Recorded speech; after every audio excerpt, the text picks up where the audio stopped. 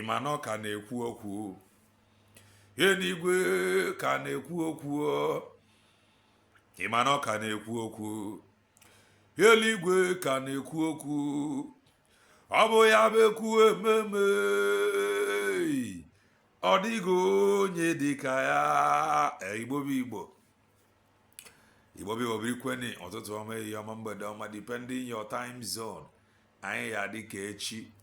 Maka na echi adịghị agwa agwa ka anyị na-abaga ọbụna isi onyebe. What are you waiting for? Click the like button, subscribe, comment, share. If I na-ekwu na nke ikpeazụ oye elu.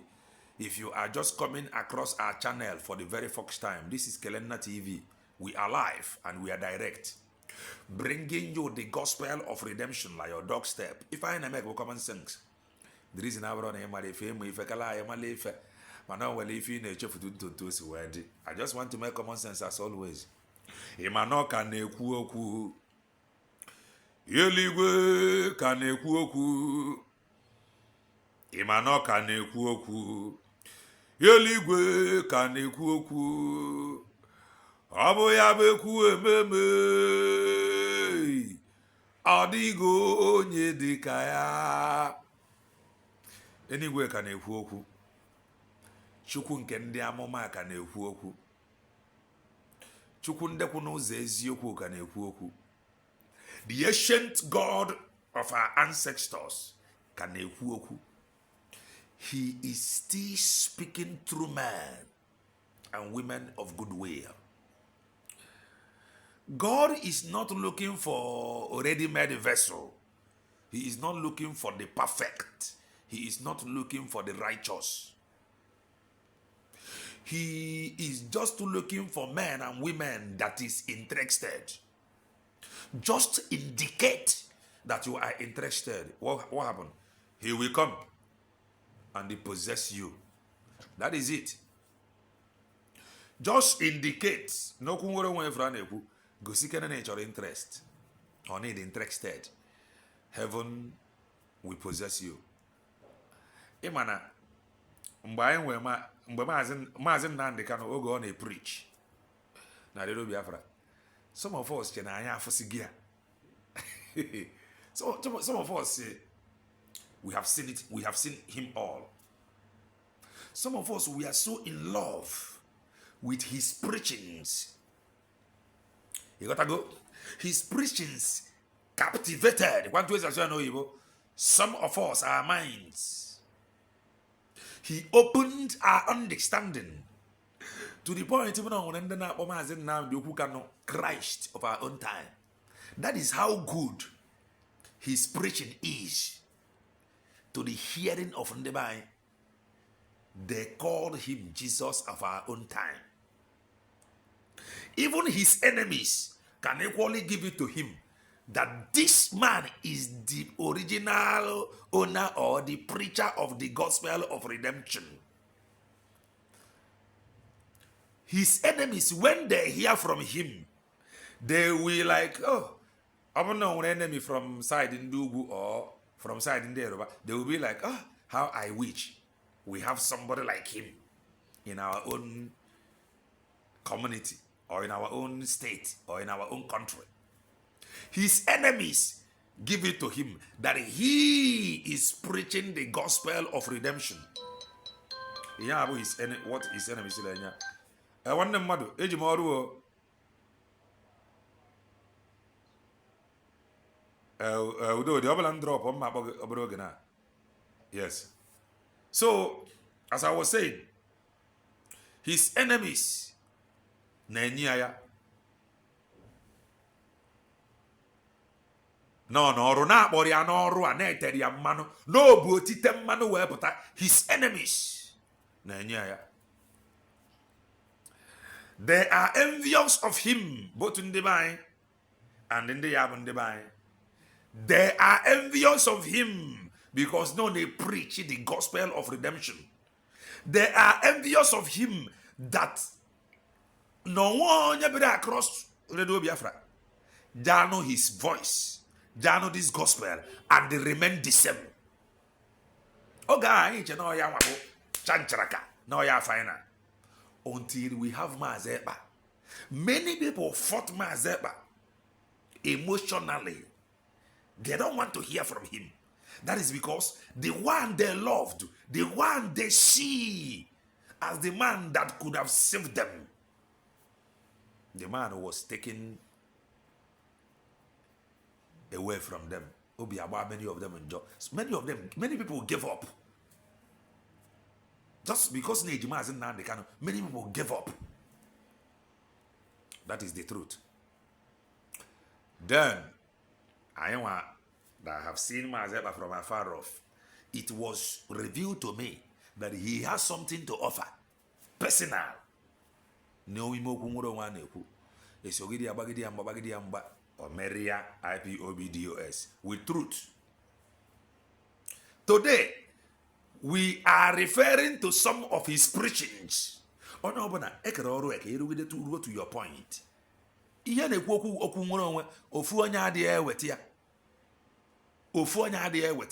Every messenger have a message. Oh no, but I'm going to party about.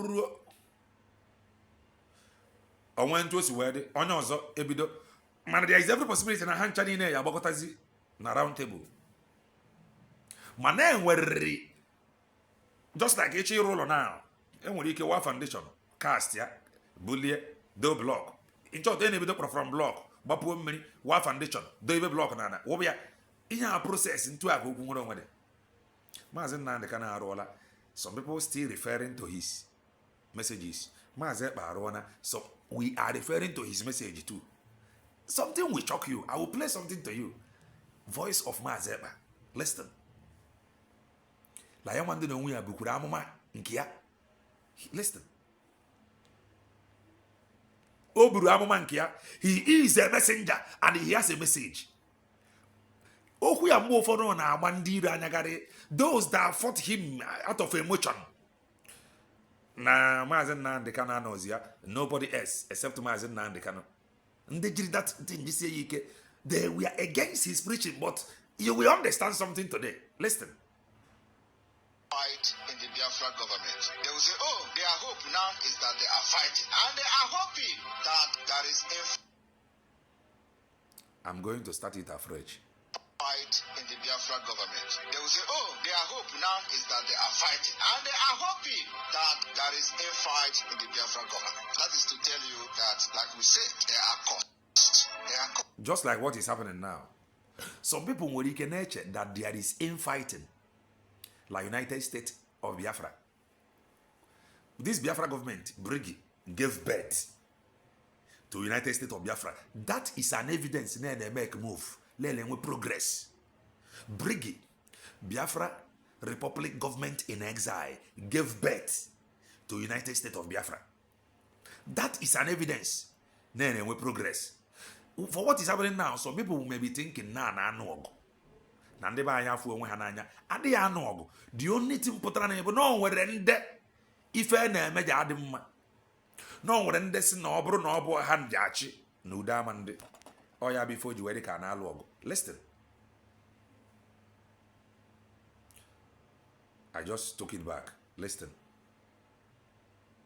Fight in the Biafra government. They will say, oh, their hope now is that they are fighting. And they are hoping that there is a fight in the Biafra government. That is to tell you that, like we said, they are costs. They are costs. And they can never rise again. Exactly. Biafra government in exile is a government that nobody born of a woman marching on this planet, using your foot to walk on the ground, will ever destroy. Biafra has been restored.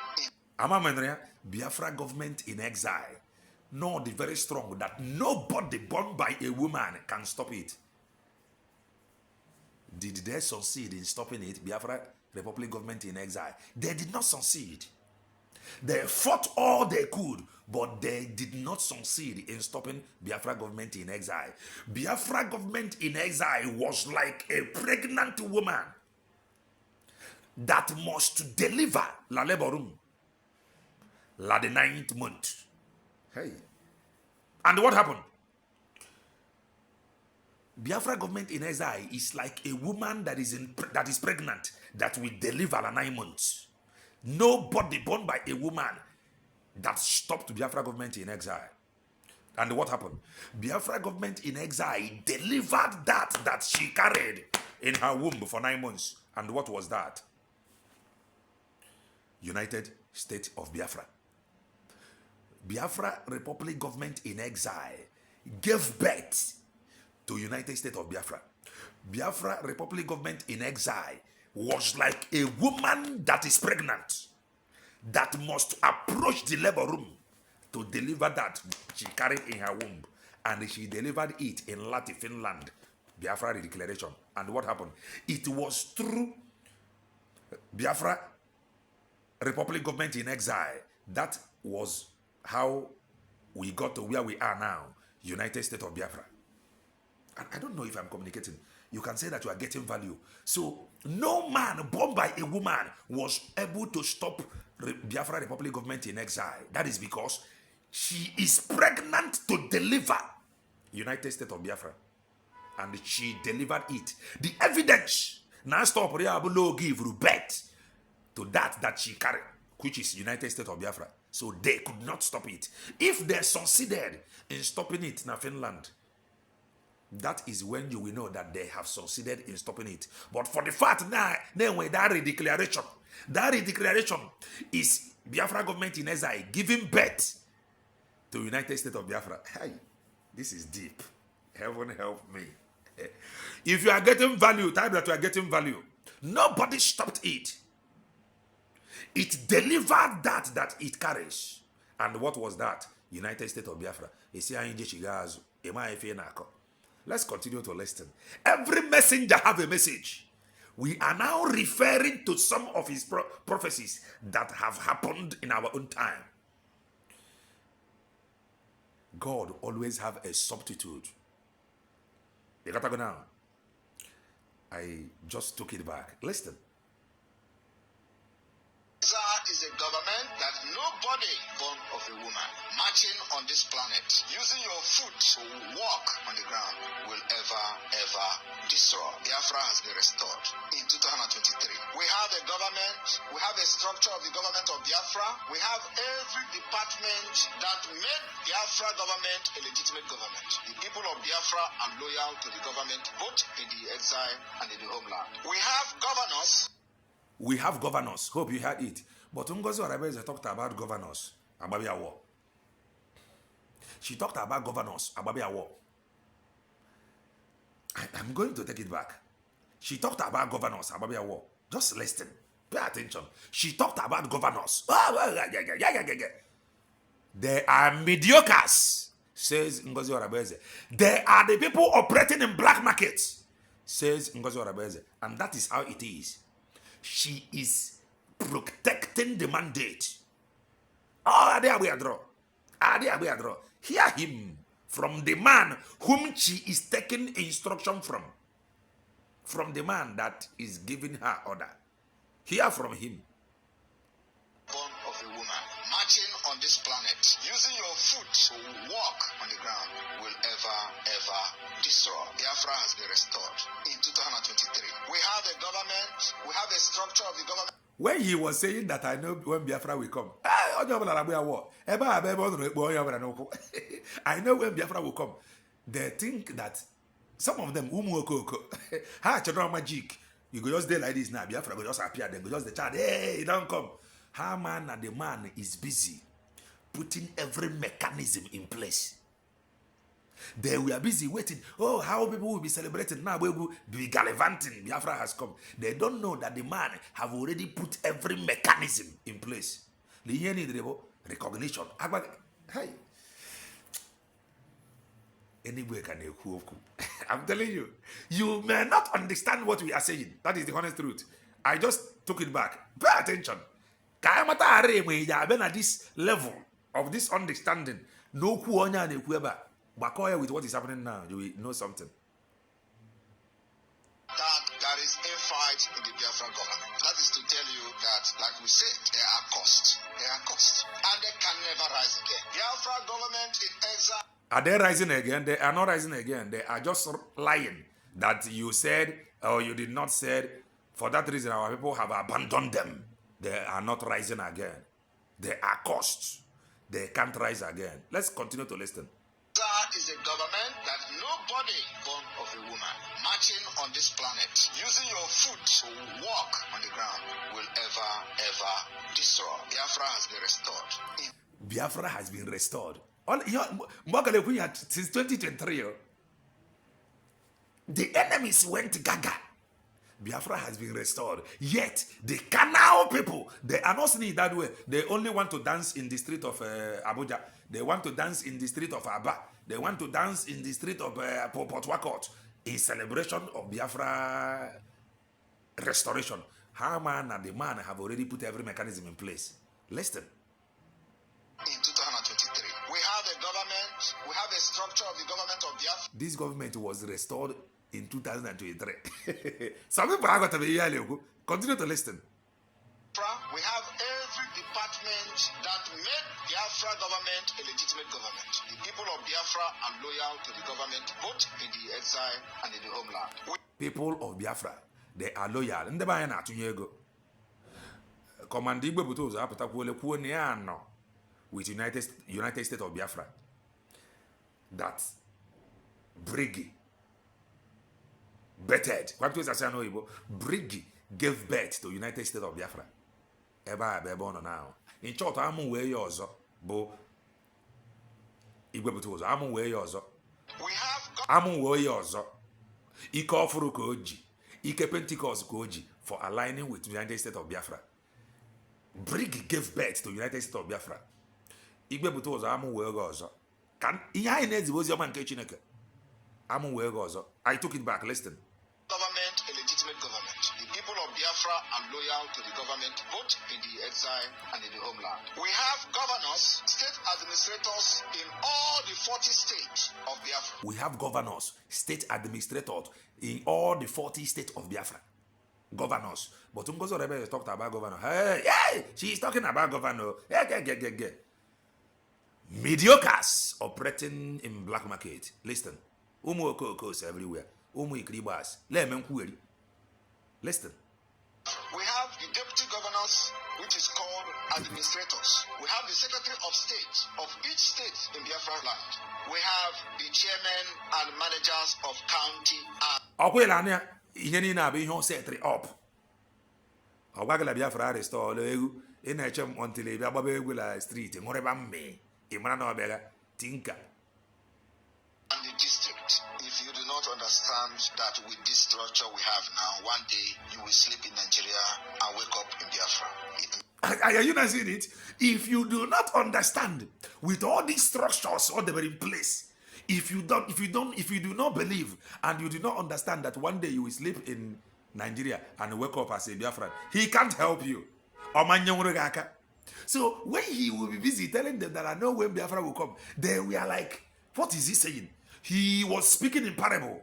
Or they were chief now. They were saying, no, with all these things for dinner now.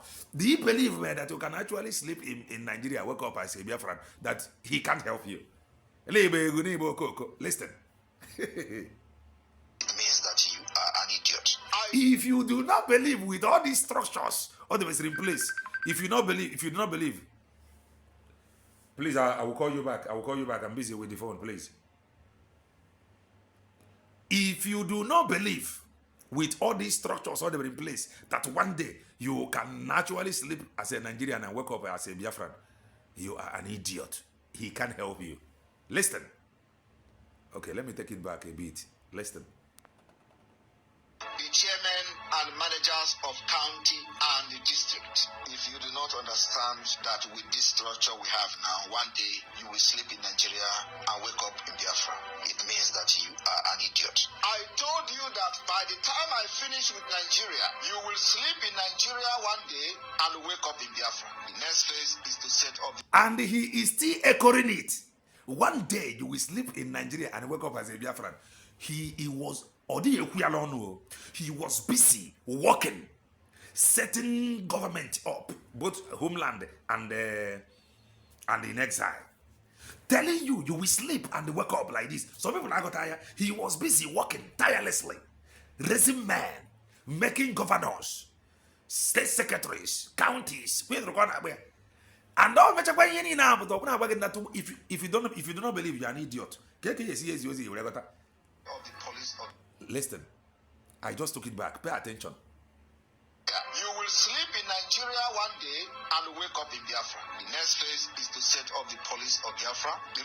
The next phase is to set off police of Biafra. The next phase. Then what happened? Geziente. Ebe Owebetra 15 million, over 15 million. He instructed, according to Dr. Ngozi Rebeze, he told Dr. Ngozi Rebeze to send this money to Ogenkere so that the Biafra uniform will be, the Biafra police uniform will be unveiled in Finland. That is the best way. That is the best time to unveil it in Finland. What happened? Police we did not see. Uniform we did not see. Money we did not see. Yet, it is the same person. Umuokoko. Listen.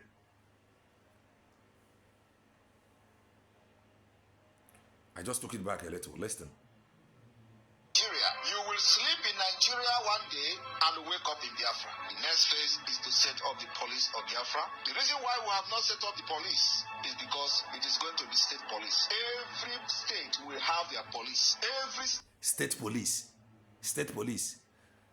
And they go with decentralization. Some people can away amba. State, every state. Oku de buroku army, one army. Listen. Oh, those things now. Decentralization. She is following the legacy of Mazi Ekpa. Forget the Ihana Krog, decentralization. Kebido Kirkene and non to Koga around. Equally decentralize the army. For now. Equally decentralize anything.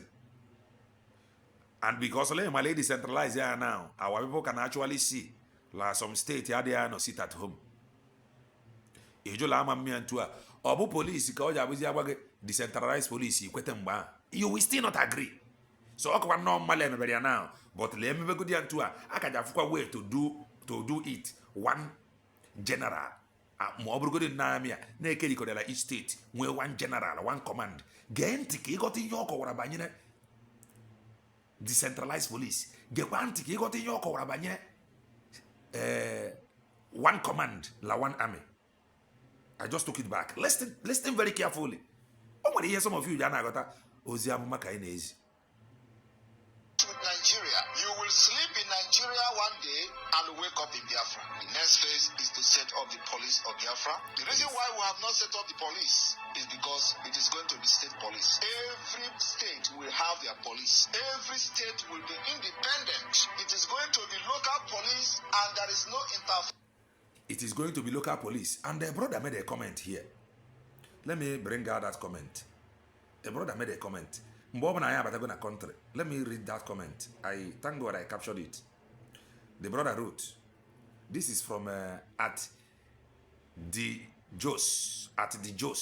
He wrote, and every state should have their own X name to update the Biafra nation any day we have sit at home. Thank you and God bless you.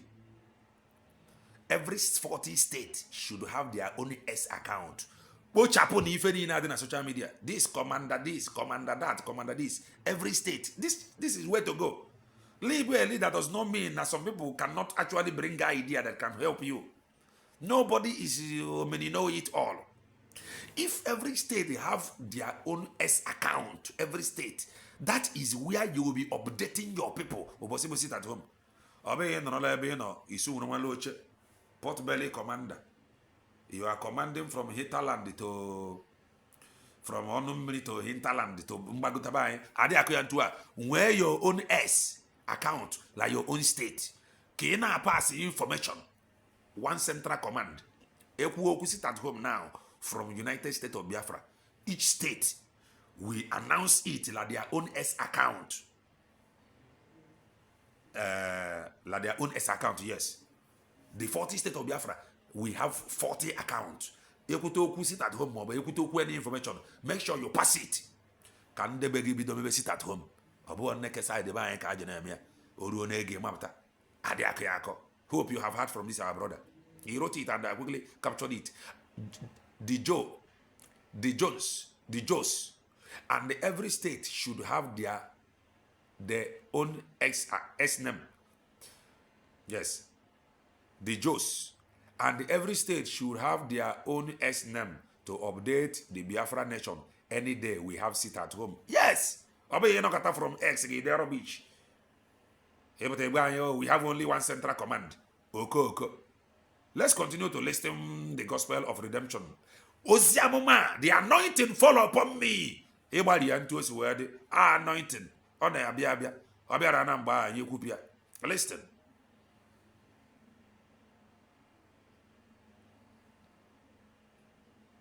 Listen. Interference from the central government of Biafra. The military is a joint military. It's one. The military is a joint military. Amama lekotana ntu osu webru joint military. Oka yabuka joint military. Joint military a yabule eje one central command. Malo obo lo obo fu onye. Lo obo fu nda ka aje na ekpogari everywhere. No, decentralized, but eje one central command. One central command ka oje enwe. Abaye ebe no ndị ọzọ na sit at home no. Obu state police ka ije ewerezi ma obia. One sided ka they sit at home na ala. One sided we ihe na-ata ofu na ebia the prompt. Your own side they go about their normal business. You know, sit at home. You have the announcement. Ghana, the bona, their business. Or like one side again. Decentralize it. Okay, we one central command from the center. Yes. Gente. One military that will protect the territorial integrity of Biafra. When one state is attacked, it means that you have attacked all of us. When one state is attacked, that 40 state of Biafra, they want one military. When one state is attack, then the whole state they can actually rally round. La military could attack or policing. A junior Mogana, Ale one attack and a lady and one attack.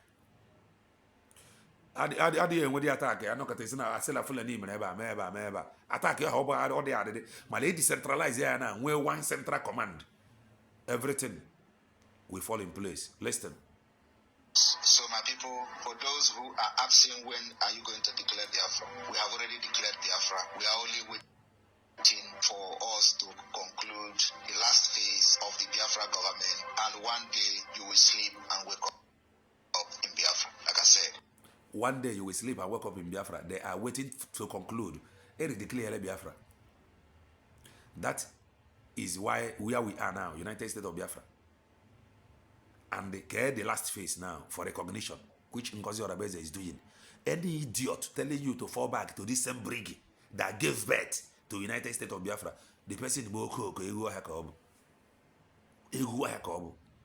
the person want to take your glory, the anointing you received by the virtue of that birth, that declaration in Finland. The person want to take you back to Egypt. Refuse it. Then we must capture every cranny of the Biafra threat. Fight in the Biafra government. So when you hear them, oh, when Biafra, oh, why will he say he know when Biafra will come? They are waiting. They will just sleep now, open their eyes and see this COG. They don't know that the man have already put in place all mechanism needed. Here they're chasing now the last phase for recognition. And what is Ngozi Orabeze doing? That same recognition. Recognition. Okay, let's end it here and continue. Kachine kemezi okwa. Nyega understanding na heze choke ka biama. He say